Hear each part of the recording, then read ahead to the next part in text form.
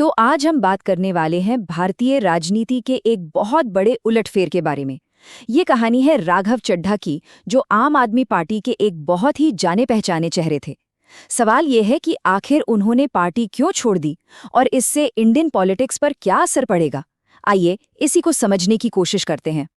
कहानी की शुरुआत होती है राघव चड्ढा के इसी एक बयान से। देखिए, सिर्फ एक लाइन, लेकिन इसी एक लाइन ने पूरे पॉलिटिकल सीन में एक भूचाल ला दिया और ढेरों सवाल खड़े कर दिए। लेकिन देखिए, ये सिर्फ एक नेता का पार्टी बदलना नहीं है। इस पूरी घटना को जो बात असाधारण बनाती है वो है इसका स्केल, इसका पैमाना। मतलब कितने लोग एक साथ गए। एक दो नहीं, बल्कि पूरे 7 सांसद। जी हाँ, आम आदमी पार्टी के राज्यसभा यानी ऊपरी सदन के 7 मेंबर्स ने एक साथ पार्टी छोड़ दी। और इन आंकड़ों से साफ पता चलता है कि इसका असर कितना जबरदस्त हुआ है। सोचिए, 10 में से 7 सांसद चले गए, मतलब पार्टी के 2/3 राज्यसभा मेंबर्स ने पाला बदल लिया। इसका सीधा मतलब यह है कि अब ऊपरी सदन में आपकी आवाज, उसकी ताकत लगभग खत्म सी हो गई है। तो भाई, इस पूरे खेल का सेंटर पॉइंट कौन है? राघव चड्ढा।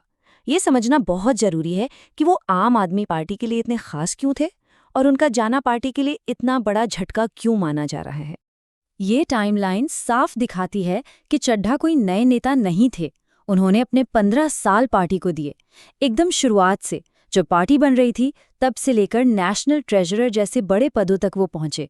लेकिन फिर 2026 आते आते रिश्तों में दरारें साफ दिखने लगी और इसका अंत पार्टी छोड़ने पर हुआ। तो सबसे बड़ा सवाल यही है कि आखिर उन्होंने ऐसा किया क्यों? राघव चड्ढा के मुताबिक ये एक मोहभंग की कहानी है। चलिए देखते हैं कि उन्होंने क्या वजह बताई। इस बयान में एक बहुत गहरा पर्सनल दर्द महसूस होता है ना। चड्ढा का साफ कहना है कि ये वो पार्टी है ही नहीं जिसके लिए उन्होंने अपनी पूरी जवानी लगा दी। ये मोहभंग की एक बहुत ही पावरफुल लाइन है।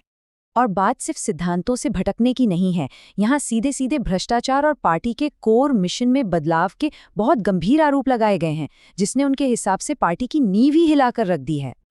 अब ये बयान तो आरोपों को एक अलग ही लेवल पर ले जाता है।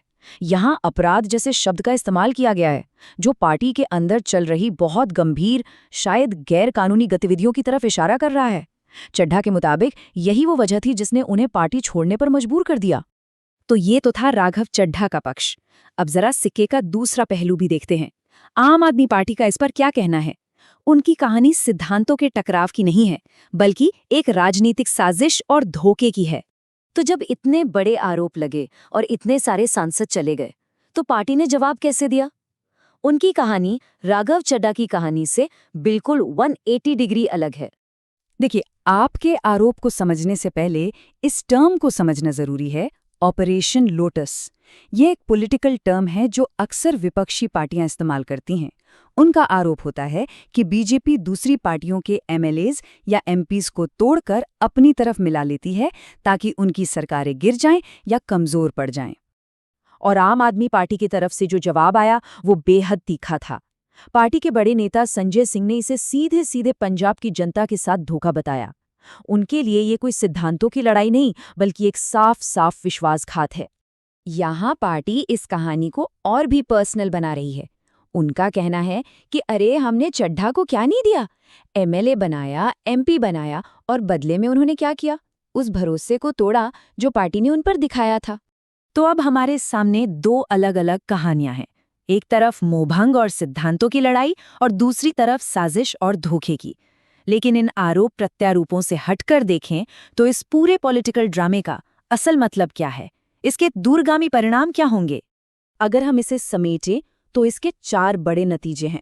पहला, आप संसद में कमजोर हो गई। दूसरा, बीजेपी और मजबूत हुई।